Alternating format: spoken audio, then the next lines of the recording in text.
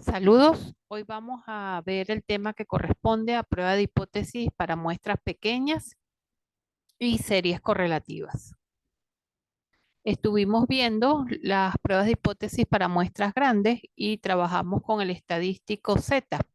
En esta oportunidad vamos a trabajar con pruebas de hipótesis para muestras pequeñas y vamos a hacer énfasis en el uso de el estadístico T.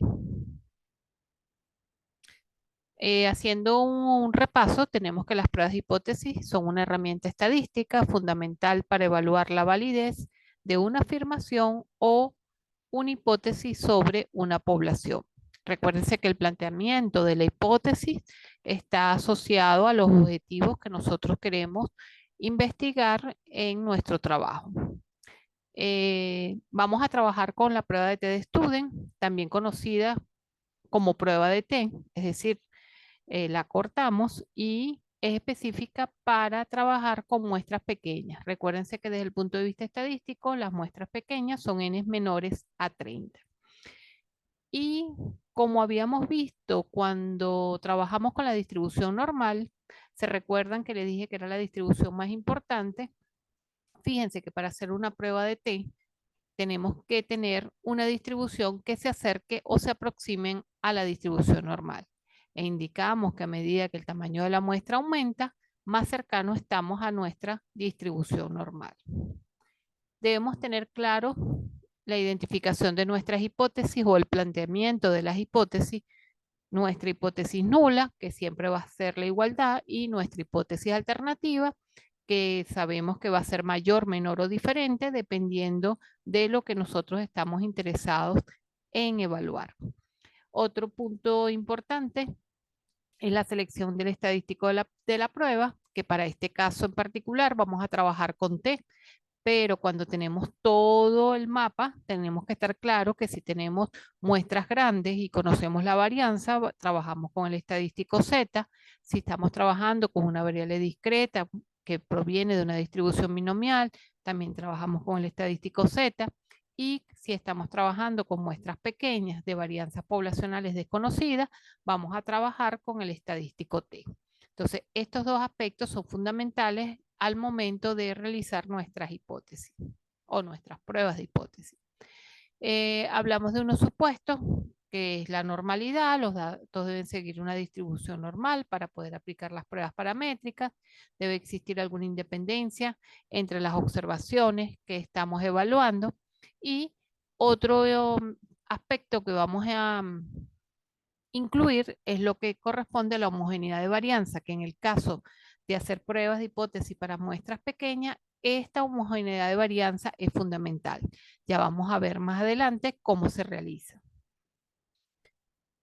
Aquí podemos tener pruebas de hipótesis para muestras pequeñas donde queremos comparar en una sola muestra, es decir, ver cómo nuestro parámetro new es igual a un valor o es contra una hipótesis alternativa que sea diferente a ese valor. Una hipótesis nula, que nuestro valor new, que es nuestro parámetro, sea igual a un valor, contra una hipótesis alternativa que sea mayor y la última que sea menor.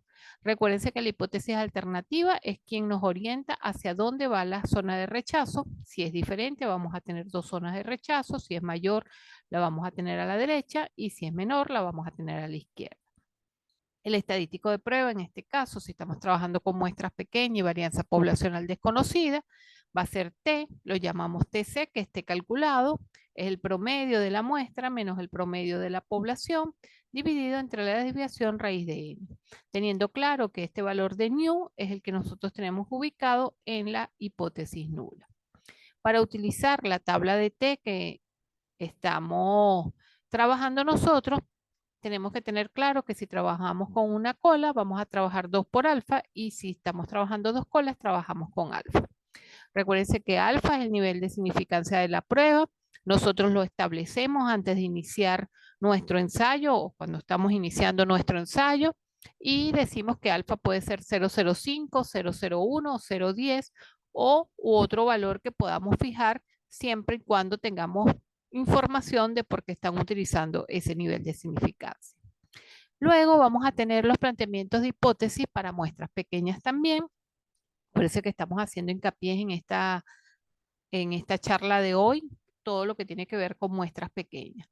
En este caso, vamos a tener dos muestras y decimos que el promedio de la población 1 es igual al promedio de la población 2 contra una hipótesis alternativa que sean diferentes o una hipótesis alternativa que sea mayor o una hipótesis alternativa que sea menor.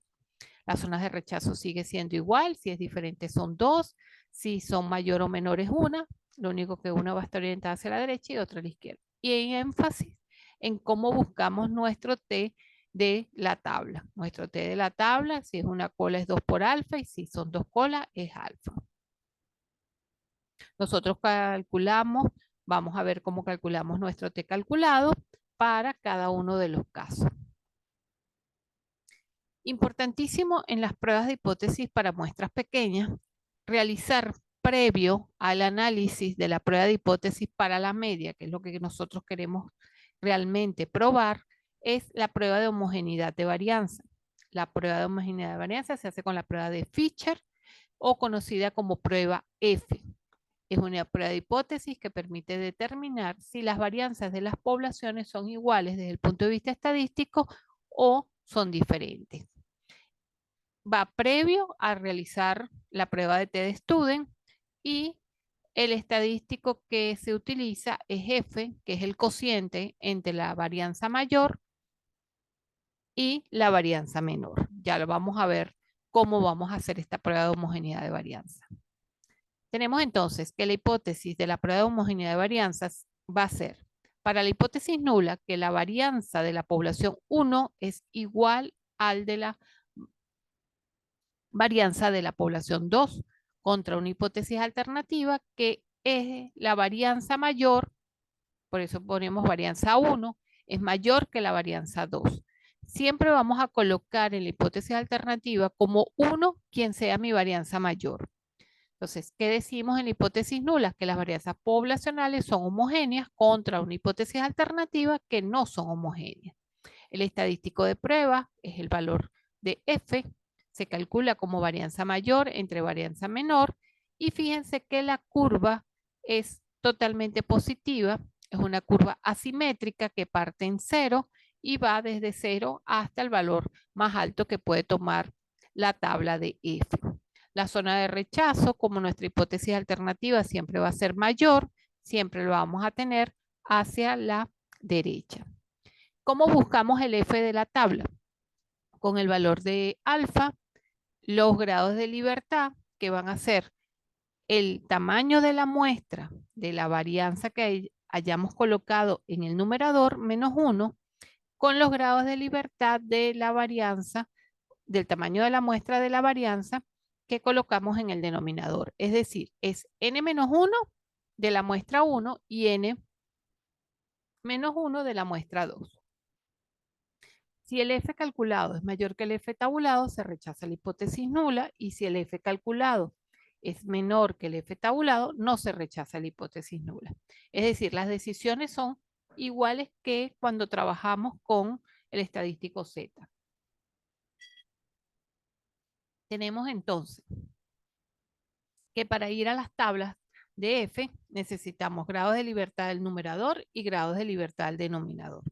A diferencia de las tablas de Z y T, las tablas de F vienen dadas por probabilidad, es decir, tenemos una tabla de F cuando es 0,99, quiere decir que alfa es 0,01, tenemos una tabla de F cuando es 0,95, que sería 0,05, y tenemos una tabla de F para 0,90 cuando alfa es 0,10, y una tabla de F cuando es 0,975, que es cuando trabajamos con alfa medio.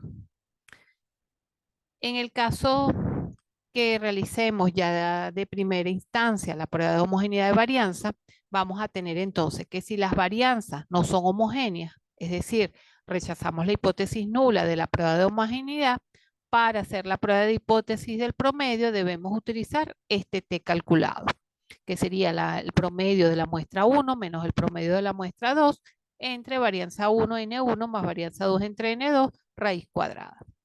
Ahora, si cuando hacemos la prueba de homogeneidad nos da que las varianzas son homogéneas, trabajamos nuestro t calculado como la diferencia de los promedios dividido entre la raíz cuadrada de la varianza promedio entre N1 o NA y la varianza promedio entre NB o N2. ¿Cómo calculamos la varianza promedio? Bueno, la varianza de primera muestra por sus grados de libertad más la varianza de la segunda muestra menos los grados de libertad dividido entre los grados de libertad total de nuestro ensayo. Aquí también perdón, aquí también vamos a tener los valores que si t calculado es mayor que el t tabulado, se rechaza la hipótesis nula, y si el t calculado es menor que el t tabulado, no se rechaza la hipótesis nula. Recuérdense que la zona de rechazo va a venir dada por la hipótesis alternativa.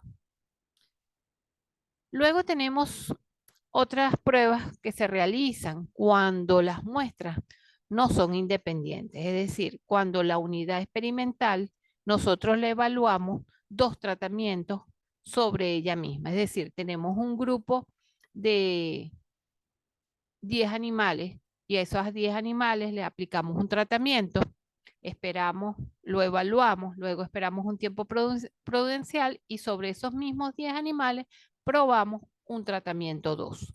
Entonces ahí decimos que estamos trabajando con muestras relacionadas porque es el mismo individuo que le estamos sometiendo a dos tratamientos. Entonces aquí hablamos de lo que se conoce como series correlativas o pruebas de T pareadas. Las series correlativas es una técnica estadística que permite comparar las medias de dos muestras relacionadas o emparejadas. Es útil cuando se dispone de datos que provienen de los mismos individuos o unidades experimentales, pero en dos condiciones o momentos diferentes. Estas pruebas se aplican cuando se comparan dos mediciones relacionadas dentro del mismo grupo o individuo y es lo que nosotros llamamos el antes y el después, que ocurrió antes y que está ocurriendo después. Así también las pueden conseguir como pruebas, series correlativas, T pareada o pruebas de antes y después. Aquí les hice como un resumen de los tres aspectos. Hablamos de emparejamiento de datos, se trabaja con la prueba de T, se hace el cálculo de las diferencias entre la muestra 1 y la muestra 2 y generamos una nueva columna que va a ser la diferencia. Y tomando en cuenta que si esas diferencias nos dan negativos, debemos poner el valor negativo. Y luego que calculamos el T para una muestra de T pareada, lo vamos a comparar igual. Si el T calculado es mayor que el T tabulado, se rechaza la hipótesis nula y si el T calculado es mayor que el T tabulado, no se rechaza la hipótesis nula. Fíjense que el planteamiento de la hipótesis entonces va a ser el promedio de la diferencia. Por eso es que colocamos esta D. Es igual a 0 contra una hipótesis alternativa que va a ser distinto de 0. O que ese promedio de la diferencia sea mayor que 0 o sea menor que 0. Recuérdense que esto va a depender de la investigación. El estadístico de prueba va a ser ahora el valor de D promedio, que este D promedio es esa nueva columna que generamos de la diferencia entre la muestra 1 y la muestra 2, menos nu de la diferencia, que en este caso es 0, calculamos la desviación entre raíz de n. Y este va a ser nuestro estadístico de prueba.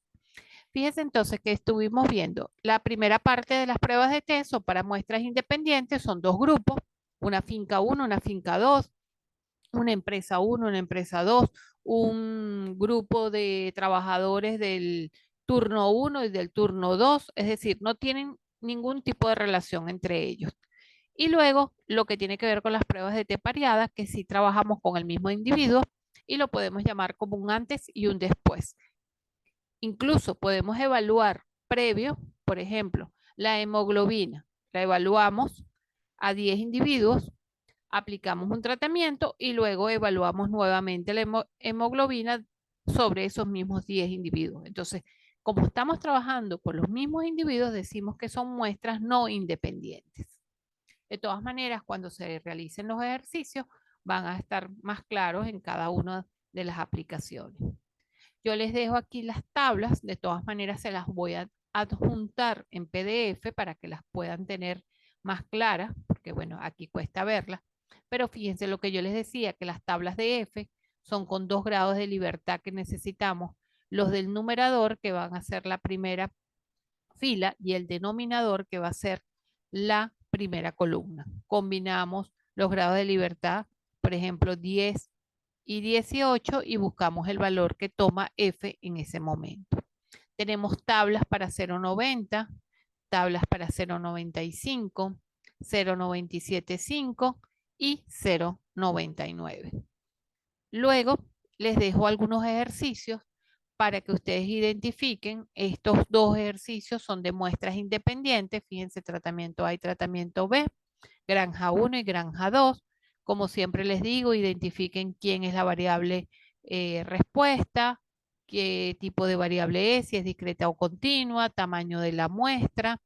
En este caso ya nos están diciendo que se quiere probar si existe diferencia, entonces ya nos están direccionando la hipótesis y ya la hipótesis alternativa sabemos que va a ser que hay diferencia entre el new del tratamiento A diferente al new del tratamiento B. Nos están dando el nivel de significancia. En este segundo ejercicio nos están ya diciendo se puede concluir con un nivel de significancia de 0,05, que el promedio del peso de ambas granjas es diferente, quiere decir que la hipótesis alternativa también es que sean diferentes. Aquí tenemos la prueba de hipótesis para una sola muestra, nos están dando los datos y nos están diciendo que la producción promedio nacional, es decir, el new de la población es 6,1 litros. También nos están diciendo o indicando el nivel de significancia y nos están direccionando la prueba de hipótesis alternativa. Se puede decir que el promedio de esta finca es menor al promedio nacional, entonces ya sabemos que new es menor a 6,1, es nuestra hipótesis alternativa. En este último ejercicio es una prueba de hipótesis para T pareada, es decir, trabajaron con el mismo fruto, lo colocaron que la mitad estuviese sombreada y la otra parte esté expuesta al sol. Y calcularon o midieron los sólidos totales. Y entonces es el mismo individuo que lo colocaron en la sombra y lo colocaron en el sol. Tenemos que calcular una nueva columna que la vamos a llamar D y sería la diferencia entre 8,6 y 8,5, así hasta 8 menos 7,8. Con esa nueva variable que se obtiene, se calcula el promedio, se calcula la varianza y sustituimos en nuestra prueba de T, calculado para comparar. Importante, para estos dos primeros ejercicios debemos primero hacer la prueba de homogeneidad de varianza, es decir, la prueba de F, para saber si las varianzas son homogéneas o no son homogéneas. Si son homogéneas, utilizamos un T y si son no homogéneas, utilizamos el otro T, que es con varianza promedio. Entonces, eso es importantísimo. De todas maneras, luego que ustedes escuchen la clase al detalle, revisen los ejercicios, vamos a tener nuestra sesión de aclaratorias de dudas, conversación y feedback de la misma. Les dejo este pequeño mensaje. La pasión es el inicio del éxito. Que tengan excelente semana.